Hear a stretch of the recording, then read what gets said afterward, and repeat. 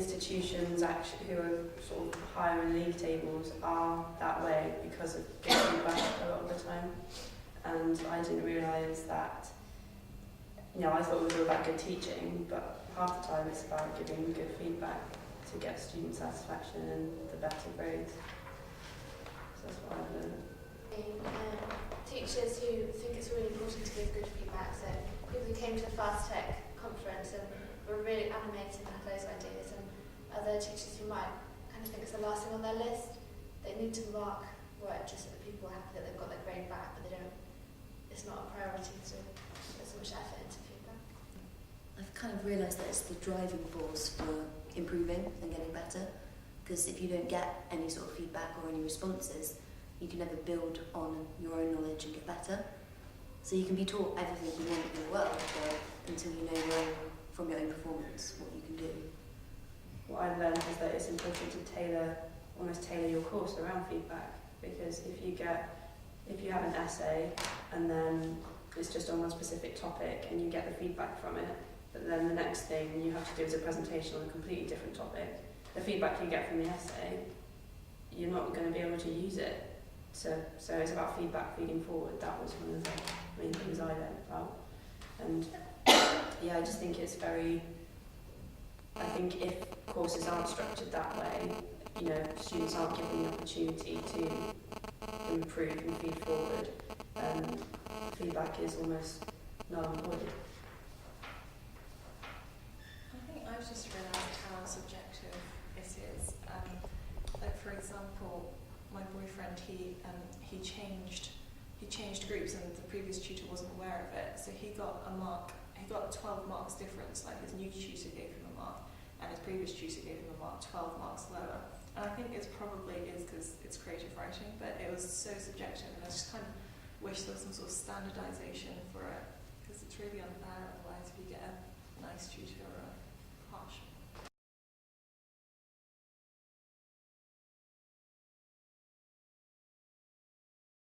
I think it's a good thing if it's used consistently,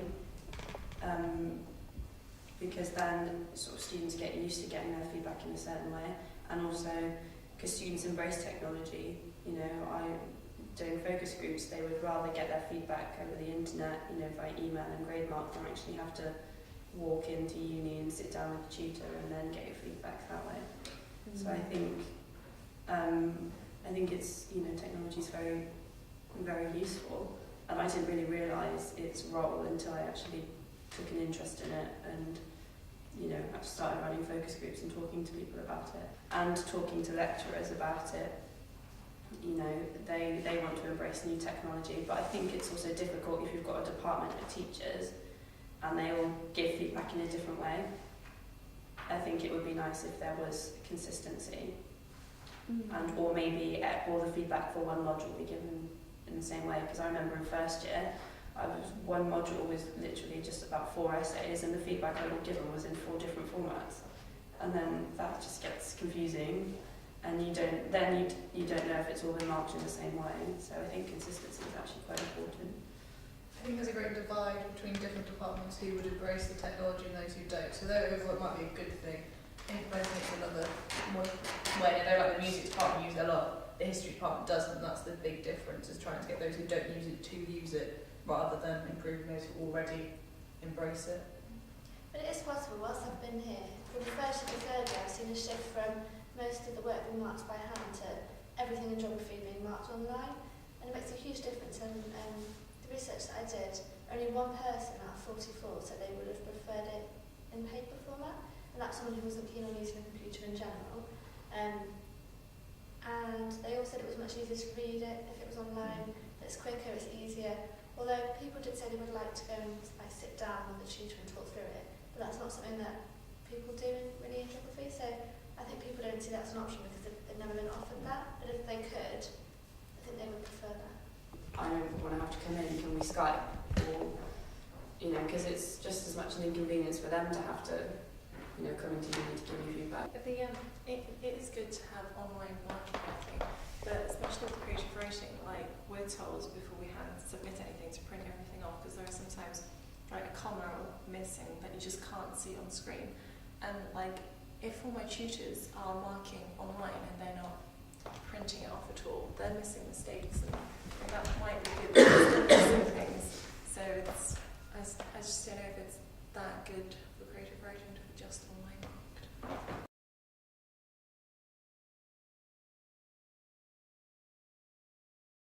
Things is the turnaround, because however good the feedback is, if it comes in 6 months' time, it's still not going to be useful. So the quicker it comes back, the better, personally. The important thing I found was to actually give me points to improve on, because it's all very well like getting, say you get a 2-1 back and it's like, yeah, no, this is fine, but something's obviously not fine because it's not a first, but I'm just not, they're just not saying why. It's just like, just, no, it's fine, but it's not. So. I found good feedback is when it's related to the mark scheme and you know there's key pointers that you can do to improve on, and when it's related to the mark scheme, in your own time you can read the mark scheme and know what you have to do. I think some people said that it was better to have quick and dirty feedback than have it where it's been perfected and someone's had to, you know, maybe spend longer formatting it or something, but it's come back later. People would rather have relevant points that came back sooner. And also I think some things we identified in the workshop was it being personal, so you want, although everything's supposed to be anonymous, it would be nice if someone could say, oh, you've definitely improved from your last essay, but you still make a mistake with this, or I can see how you've, you know, matured in your writing style or whatever. That would actually be quite useful. That's something that we miss when we have anonymous marking. Just to be willing to try something new is good, I think. Be open to ideas and to use technologies because they can help.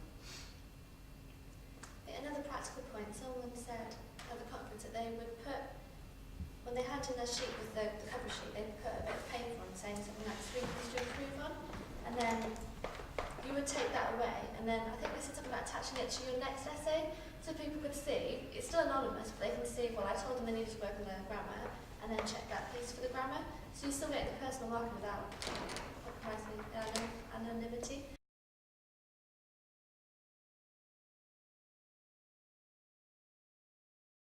I think maybe just at the beginning of a course or module or something, just have the lecturers talk to their students about feedback and how they give it and how they expect their students to use it, and say, to get the most out of my feedback you need to do this, because sometimes I think students almost don't know what to do with it. That's what I've learned, that some students are like, yeah, they said this, but it doesn't really mean anything to me, and the lecturer, it might mean a lot to them. So I think, yeah, just a little bit more communication between lecturers and students so that they know how to use their feedback to feed forward onto the next assignment.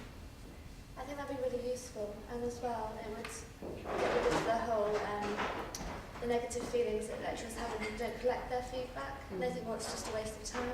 But if they explain like, how it's used, what students should expect, then people would understand each other better. And also maybe talk about the time that they put into marking things, and then students can then like kind of respect it a bit more. Yeah. And really sort of cherish the fact that someone's giving them feedback on their work rather than just leaving it to the side and just saying that that was negative and not using it.